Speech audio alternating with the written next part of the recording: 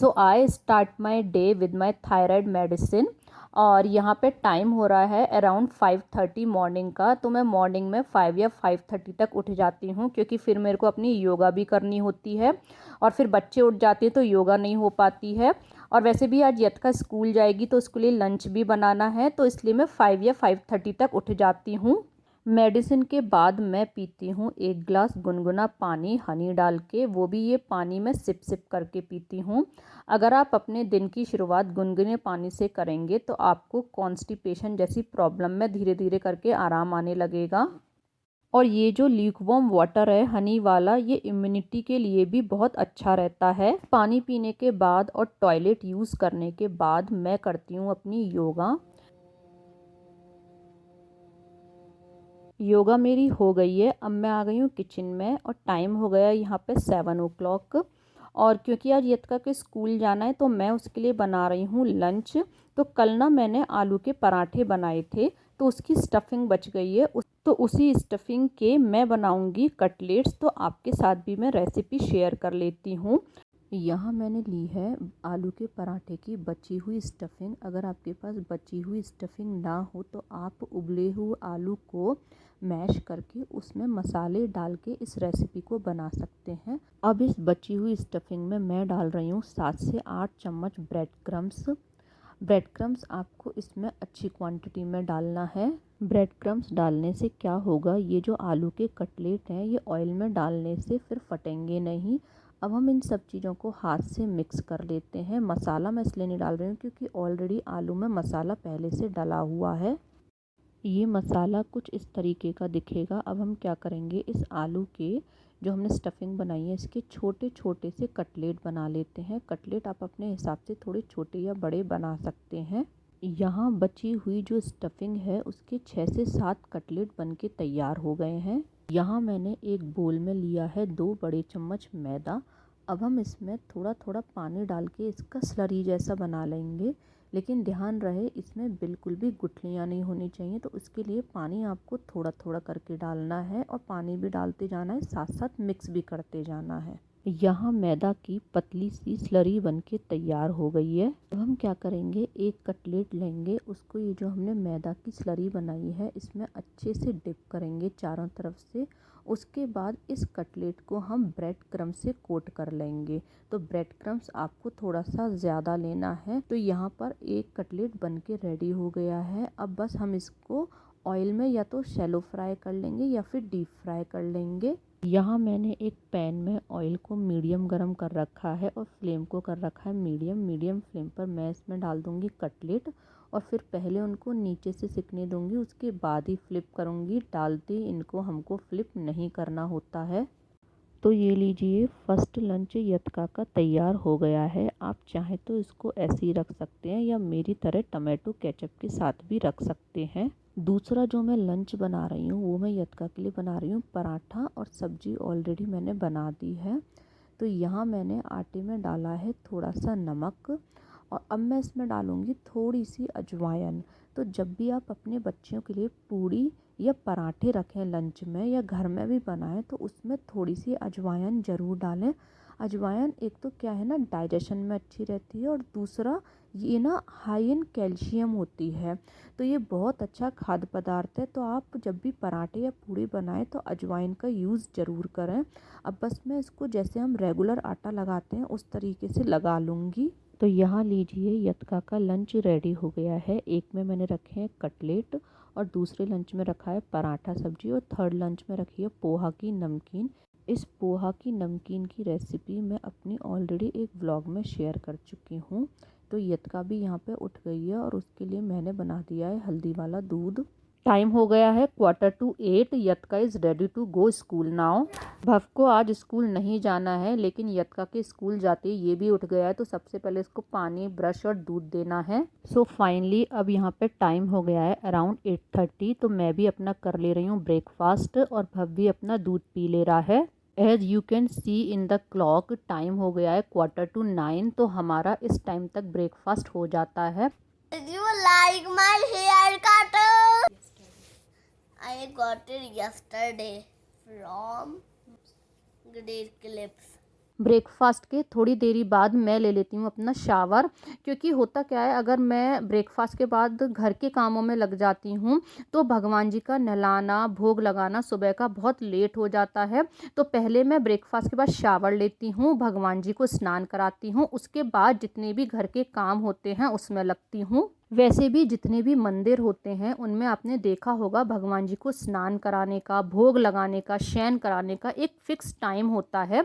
तो मेरा fix time तो नहीं है, लेकिन जैसे अगर भगवान जी का टाइम 9 बजे नहाने का है तो मैं 10 बजे तक कोशिश करती हूँ कि भगवान जी को स्नान करा दिया जाए।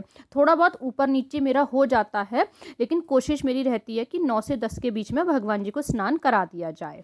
आप भी लड्डू गोपाल जी की आरती के और लड्डू गोपाल जी के वर्चुअल दर्शन कर लीजिएगा। इनको मैंने स्नान करा के तैयार कर दिया है। भगवान जी को स्नान कराने के बाद मैं अपनी 5 से 10 मिनट की पूजा भी तुरंत ही कर लेती हूँ, क्योंकि एक बार बस काम लगने के बाद तो पूरे दिन का काम हो जाता है, तो पूजा भी रह जाती है। आज मेरा लेफ़्ट ओवर खाना ऑलमोस्ट रखा हुआ है, तो मुझे बहुत ज़्यादा कुक नहीं करना है, बस अपनी किचन क्लीन अप करनी है और थोड़ा घर का काम निपटाना है। तो आज के इस व्लॉग में मैं आप लोगों के साथ शेयर करूँगी अपनी पूरी डिटेल्ड योगा, जो कि मैं मॉर्निंग में करती हूँ। चलिए, पूजा तो मेरी हो गई है। तो पूजा जब मेरी टाइम पर हो जाती है तो उस दिन ना बड़ा ही सेटिस्फेक्शन सा रहता है कि चलो टाइमली पूजा भी हो गई। और तो जल्दी उठने के पीछे जो रीज़न होता है वो यही होता है कि पूजा मेरी 9 या 10 बजे तक हो जाए और साथ में मेरी योगा भी हो जाए। तो इन दोनों चीज़ों का टाइम पर होने से बहुत ही सेटिस्फेक्शन रहता है और हमारा घर का काम भी ना बहुत ही टाइमली हो जाता है जल्दी उठने से। वैसे भी कृष्ण भगवान जी हमारे 3 तरीके के तापों को नष्ट करते हैं, दैहिक, दैविक, भौतिक। एक श्लोक में स्पष्ट लिखा हुआ है, तो वो श्लोक है सच्चिदानंद रूपाय विश्वोत्पत्ति याद हेतवे तापत्रय विनाशाय श्री कृष्णाय वयम नमः। यानी कि श्री कृष्ण भगवान, जो इसमें शब्द है तापत्रय विनाशाय, तापत्रय विनाशाय मतलब श्री कृष्ण भगवान हमारे 3 तरीके के तापों को नष्ट करते हैं, दैहिक, दैविक, भौतिक। तो जो श्री कृष्ण भगवान हमारे 3 तरीके के तापों को नष्ट करते हैं, उनके लिए हमें पूरे दिन में 5 से 10 मिनट का टाइम ज़रूर निकालना चाहिए। सुबह जो कटलेट्स बनाए थे उसमें से ब्रेड क्रम्स बच गया है, इसको मैं एयर टाइट कंटेनर में फिल करके फ्रीज़र में रख दूँगी। और इस तरीके से अगर आप ब्रेड क्रम्स को फिल करके एयर टाइट बॉक्स में फ्रीज़र में रखेंगे तो वो ज़्यादा टाइम के लिए आपका ख़राब नहीं होगा और चलेगा भी ज़्यादा। फ्रेंड्स, आप लोगों से कुछ स्पिरिचुअल बातें करते करते मेरी किचन भी यहाँ पे हो गई है एकदम क्लीन। और जब मेरी किचन पूरी क्लीन हो जाती है उसके बाद मैंने अपनी किचन में ही ना मॉइस्चराइज़र रखा हुआ है, आपको साइड में दिख रहा होगा। तो बस उसके बाद मैं लास्ट में किचन में ही अपने हैंड्स को कर लेती हूँ मॉइस्चराइज़। ऐसे ही हो जाता है। चलो मैं आपकी यहाँ पे फ़ोटो ले लूँ। टाइम हो गया है 1 o'clock और 1 o'clock के आसपास मैं अपना कर लेती हूँ लंच। तो लंच से पहले मैं लेती हूँ एलोवेरा जूस। तो मैं क्या करती हूँ 30 ml पानी में 30 ml एलोवेरा जूस का डालती हूँ और उसे पी लेती हूँ और फिर हाफ एन आवर बाद में कर लेती हूँ अपना लंच। ऐसा करने से एसिडिटी में धीरे धीरे करके आराम आने लग जाता है। मैं जो एलोवेरा जूस यूज़ करती हूँ वो है वैदिक ब्रांड का, आप किसी भी ब्रांड का एलोवेरा जूस यूज़ कर सकते हैं। तो ये जो एलोवेरा जूस है ये आपको सिप सिप करके पीना है, जैसे चाय पीते हैं ना सिप सिप करके, बिल्कुल उसी तरीके से पीना है, एक साथ नहीं पीना है। मैं छोटा था उसके मुझे डांडो पसंद थे। और अब एवेंजर। अवेंजर क्या है? एवेंजर्स। सो फ्रेंड्स, अब यहाँ पे टाइम हो रहा है इवनिंग का 5। तो मैं बहुत दिनों से सोच रही थी कि एक ऐसा व्लॉग बनाऊंगी जिसमें मैं अपना जो भी योगा करती हूँ वो आप लोगों के साथ शेयर करूँगी। तो वैसे तो मेरा ये योगा का टाइम रहता है वो सुबह रहता है, तो मैं सोच रही थी कि आप लोगों के साथ सुबह ही शेयर कर लूँगी कि ये वाली योगा कैसे करते हैं या कितने टाइम के लिए करते हैं, योगा कब करनी चाहिए। लेकिन सुबह मैं जिस टाइम पे योगा करती हूँ उस टाइम पे मेरे बच्चे सो रहे होते हैं, तो सुबह इट्स नॉट पॉसिबल कि मैं बोलूँ तो उनकी नींद डिस्टर्ब होगी। तो मैंने सोचा कि चलो आज के व्लॉग में मैं अपनी आपसे पूरी अपनी योगा शेयर करती हूँ। तो सबसे पहली बात जो योगा में आती है वो ये है कि योगा आपको ज़मीन पे बैठ के नहीं करनी है। योगा के लिए आप इस तरह की योगा मैट ले सकते हैं। तो योगा मैट पे ही योगा करें, योगा ज़मीन पे बैठकर ना करें। इसके पीछे रीज़न ये है, जब आप योगा करेंगे और उसके जो भी बेनिफिट्स हैं वो आपकी बॉडी में ही इंटैक्ट रहेंगे योगा मैट पर बैठ के जब आप योगा करेंगे। क्योंकि मैंने एक बुक में पढ़ा था कि ज़मीन पर बैठ के जब हम योगा करते हैं तो बिकॉज ऑफ ग्रेविटेशनल फोर्स जो भी उसके बेनिफिट्स होते हैं वो हमारे को इतने ज़्यादा इंटैक्ट नहीं हो पाते हैं। तो कोशिश करें कि ज़मीन पे बैठ के ना करें, एक योगा मैट खरीद लें आप। दूसरी चीज़ आती है कि जब भी आप योगा करें अपने पास अ पेयर ऑफ स्लीपर ज़रूर रखें। रीज़न बीइंग कि वैसे तो अगर आप चाहे 1 घंटे की योगा कर रहे हैं चाहे आप कर रहे हैं आधे घंटे की, कोशिश करें कि उसमें बीच में ना उठें, ना आप मोबाइल देखें। लेकिन इनकेस अगर आपको टॉयलेट यूज़ करने के लिए उठना भी है तो आप बेयर फुट ना उठें, आप स्लीपर पहनकर उठें। तो ये हो गई दूसरी बात।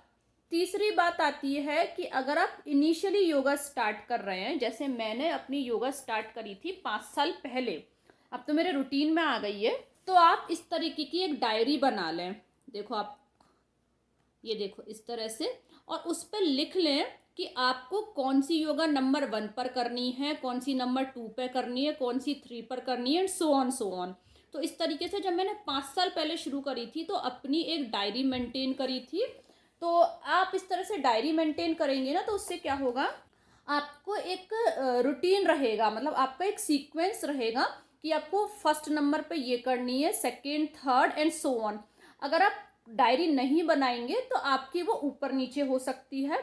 और विद इन 15 डेज अगर आप 15 डे लगातार योगा करेंगे तो आपको अपने आप याद हो जाएगा कि अब आपको ये वाली योगा करनी है और आपको डायरी की भी ज़रूरत नहीं पड़ेगी। लेकिन इनिशियली आपको डायरी या किसी पेज की ज़रूरत पड़ेगी।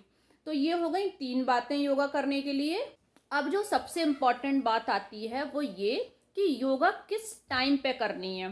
तो कोशिश आप ये करें कि योगा सुबह के टाइम पे करें। सुबह आप जो भी मेडिसिन लेते हो, जैसे मैं थायराइड की मेडिसिन लेती हूँ एम्प्टी स्टमक, तो वो ले लें। अगर नहीं लेते हैं तो कोई बात नहीं। दूसरा, फिर आप अपनी दिन की शुरुआत पानी से करें, उसके बाद आप योगा कर सकते हैं।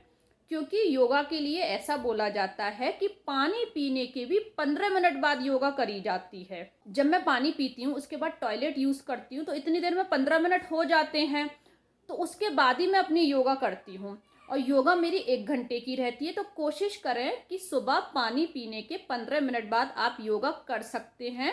And one more thing friends, ये जो मैं आपको पूरी योगा बताऊंगी ये आपको thyroid, blood pressure, diabetes, acidity, constipation, gastric problem, hormonal imbalance, overall health में बहुत हेल्पफुल रहती हैं।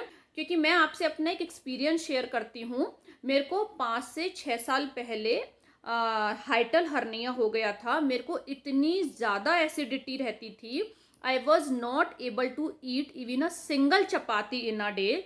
फिर मैंने एंडोस्कोपी करवाया तो डॉक्टर्स ने कुछ कुछ ऐसा बोला कि इनको इतनी ज़्यादा एसिडिटी है, कहीं इनको प्री कैंसर ना हो जाए, दिस एंड दैट। मतलब मैं डर भी गई थी बहुत ज़्यादा एट दैट टाइम।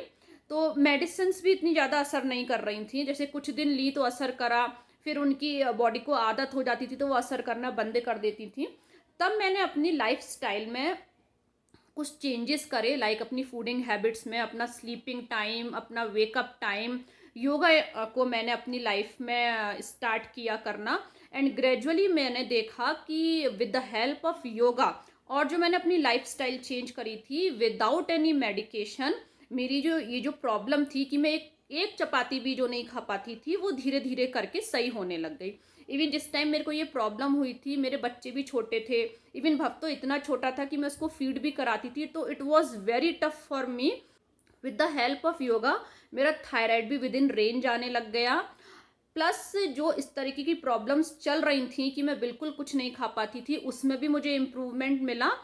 तो जो योगा मैं करती हूँ वो मैं कैसे करती हूँ, कुछ योगा ऐसी हैं जो मैं बैठ के करती हूँ, कुछ योगा ऐसी हैं जो मैं अपने लेग्स को थोड़ा सा एक्सपेंड करके करती हूँ, और कुछ ऐसी हैं जो बिल्कुल लाई डाउन होके करती हूँ।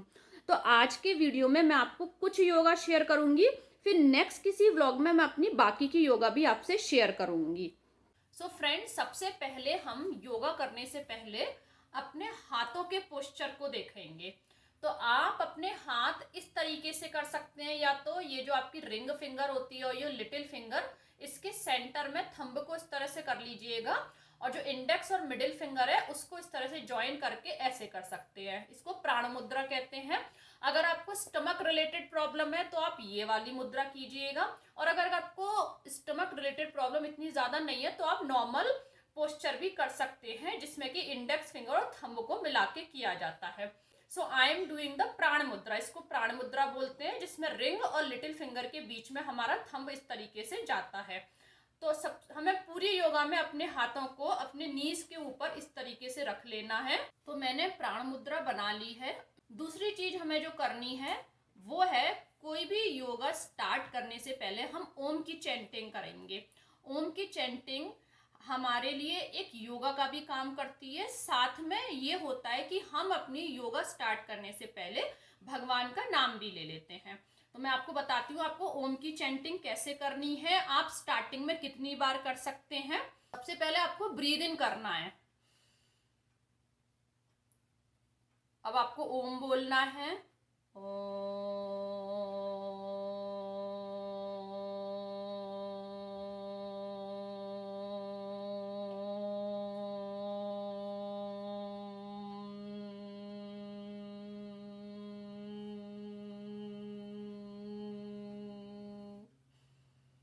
ब्रीद आउट कर देना है आपको। ब्रीद इन करना है। ब्रीद इन करने के बाद आपको ओम बोलना है। ओम बोलने के बाद आपको ब्रीद आउट करना है। एक बार और मैं आपको करके बताती हूं। सबसे पहले हम ब्रीद इन करेंगे।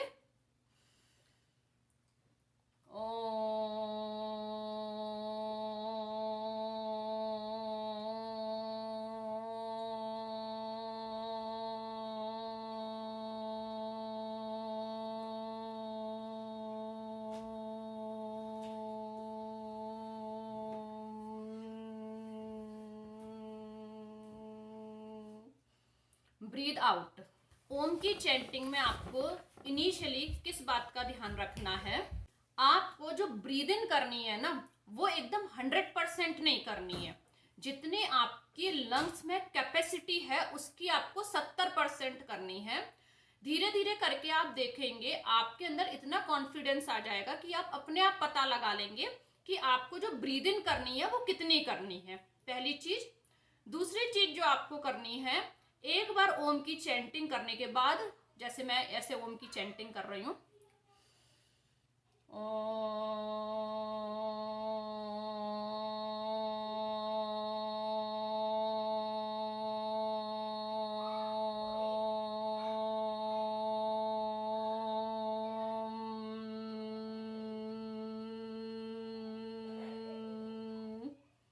Breathe out. तुरंत दूसरी ओम चैंटिंग नहीं करनी है आपको। थोड़े सेकंड्स का ब्रेक देने के बाद आपको दूसरी बार ओम चैंटिंग करनी है। ये दूसरी चीज है। तीसरी चीज कि आप इसको कितनी बार कर सकते हैं। इनिशियली आप इसको 3 टाइम्स कर सकते हैं, और जैसे जैसे ये प्रैक्टिस में आ जाए आप इसको 5 टाइम्स तक भी कर सकते हैं। तो ये हो गई आपकी ओम की चैंटिंग। नौ, दूसरी जो आपको योगा करनी है उसका नाम है भस्त्रिका, या फिर हम उसको इंग्लिश में ब्रीद इन ब्रीद आउट भी कह सकते हैं। ये ब्रीदिंग एक्सरसाइज ही है। इसमें भी आपको प्राण मुद्रा बना लेनी है, और अपने आप को इस तरीके से स्ट्रेट आप बैठ जाएंगे, और इनिशियली आप इसको 10 बार करें, धीरे धीरे करें। मैं इसको 50 बार करती हूँ, यानी 50 टाइम्स, क्योंकि इनिशियली मैं भी इसको 5 बार करती थी, फिर मैंने 10 किया, फिर 15, फिर 20। अब मैं इसको 50 टाइम्स तक कर लेती हूँ क्योंकि मेरी प्रैक्टिस में आ गया है। भस्त्रिका प्राणायाम से हो सकता है आपको इनिशियली यहाँ पे पेन हो सकता है, तो अगर आपसे 2 बार हो रही है, 3 बार हो रही है, 4 बार हो रही है, कंफर्टेबल 5 बार हो रही है, उतनी बार ही करें, बहुत ज्यादा एक्सेस में ना करें। प्रैक्टिस में आने के बाद आप इसको 50 टाइम्स तक भी कर सकते हैं। आपको करना कैसे है, प्राण मुद्रा बनानी है, ब्रीद इन ब्रीद आउट करना है आपको सिंपली स्ट्रेट बैठ के।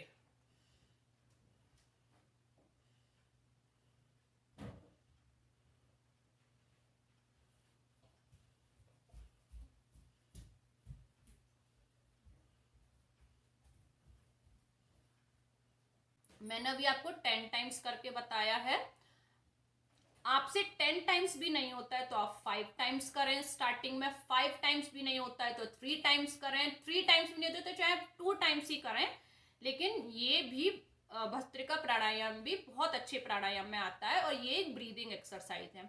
दूसरी चीज मैंने आपको पहले बताया, हो सकता है आपकी स्टार्टिंग में यहाँ पे इससे पेन हो सकता है, हैवीनेस आ सकती है, तो चाहे आप 2 बार करें लेकिन आप इसको भी करें। तीसरी चीज आपको ये करनी कैसे मैंने बताया, लेकिन इनिशियली आपको ये धीरे धीरे करनी है, ऐसे नहीं करनी है, नॉट लाइक दिस, आपको धीरे धीरे करके करनी है। लाइक अगर आप 2 बार कर रहे हैं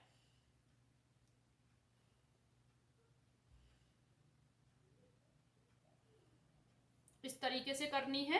भस्त्रिका प्राणायाम के बाद जो तीसरा प्राणायाम आता है, and this is the very important pranayama for the stomach problems, ये आता है आपका कपालभाति।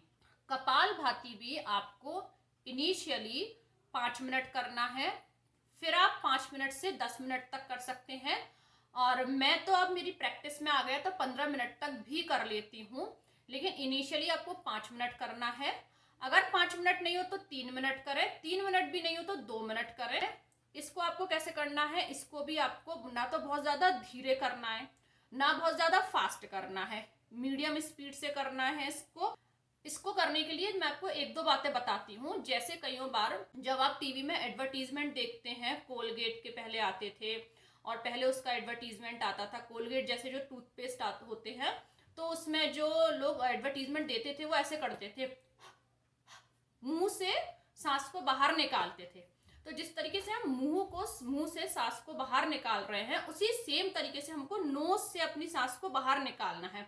जैसे हम जब किसी छोटे बच्चे को बोलते हैं, उसको जब कोल्ड हो जाता है कि ब्लो योर नोज, तो वो ऐसे करता है। तो बस आपको सांस को छोड़ना है, लेना नहीं है, बस आपको बस छोड़ते ही जाना है।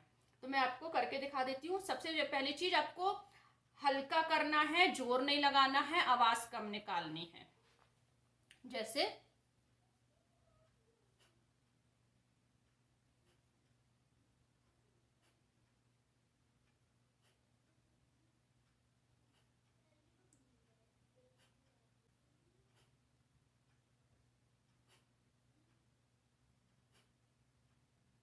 इस तरीके से करना है। इसमें आपने सांस को छोड़ना है।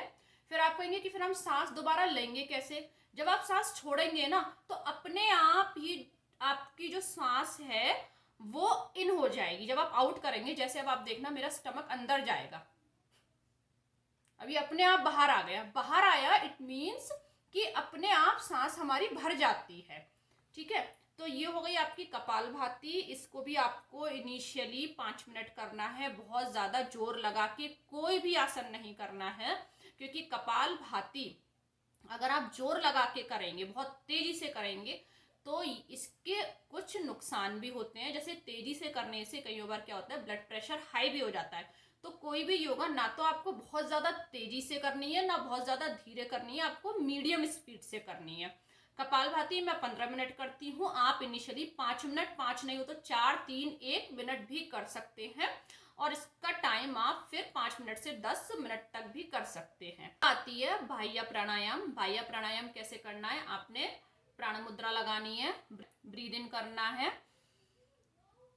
कुछ सेकंड रुकना है, ब्रीद आउट, स्टमक में से भी सांस बाहर निकालनी है, पेट को पिचकाना है, ये पेट पिचक गया, चिन को यहां से लगाना है, श्वास को रोक के रखना है।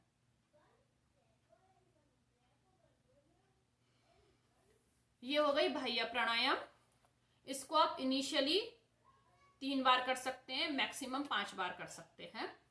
अगर आपको किसी भी योगा की स्पेसिफिक वीडियो मांगनी हो, अगर आपको इतनी लेंदी नहीं समझ में आए, तो आप मेरे को कमेंट सेक्शन में कमेंट कर देना, मैं आपको इसकी स्पेसिफिक वीडियो भी केवल उसी योगा की करके बता दूंगी।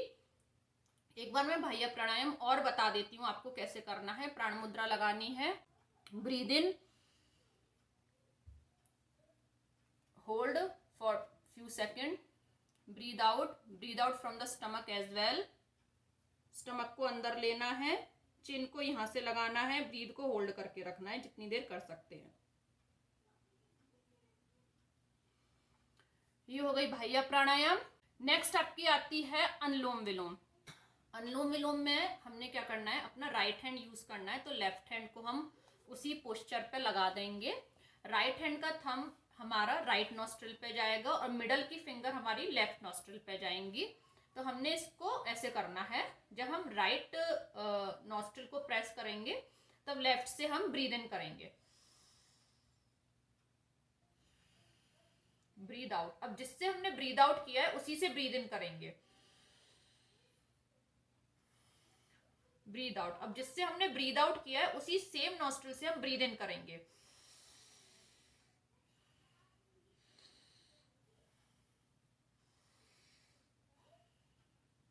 तो इस तरीके से अनुलोम विलोम करनी है आपको।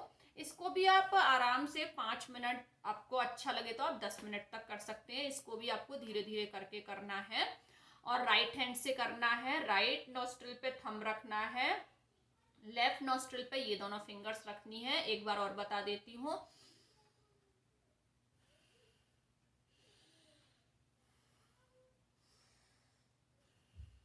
इस तरीके से करना है।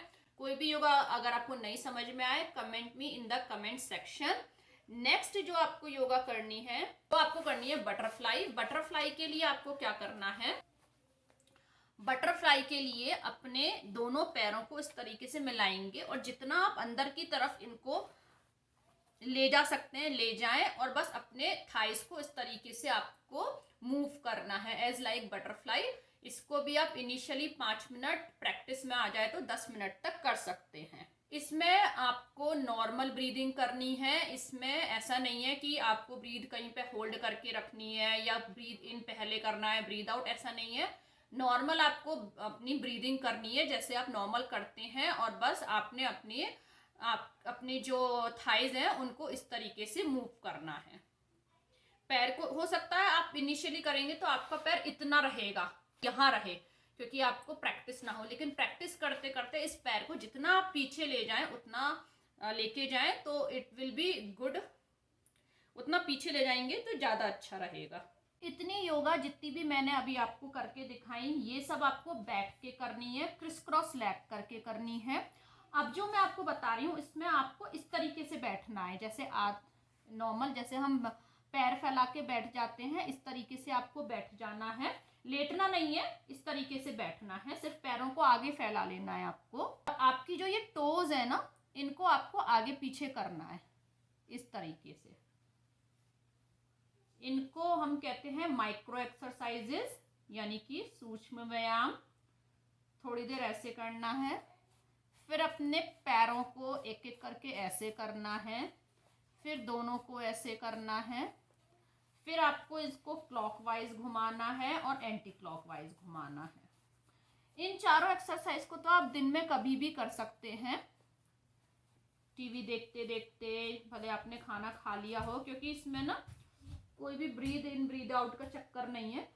सो फ्रेंड्स, इस व्लॉग को मैं अभी यहीं पे एंड करती हूँ। मैंने अभी आपको अपनी आधी ही योगा इंट्रोड्यूस कराई हैं। आधी मैं किसी और व्लॉग में आपसे डेफिनेटली शेयर करूँगी। कोई भी आप योगा करें, योगा करने के तुरंत बाद कोई हैवी काम ना करें, ना ही योगा करने के तुरंत बाद आप कुछ भी खाएं।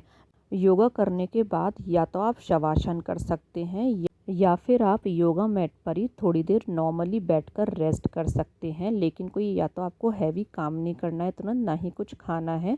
वीडियो अच्छा लगा हो तो लाइक करें, फ्रेंड्स फैमिली के साथ शेयर करें।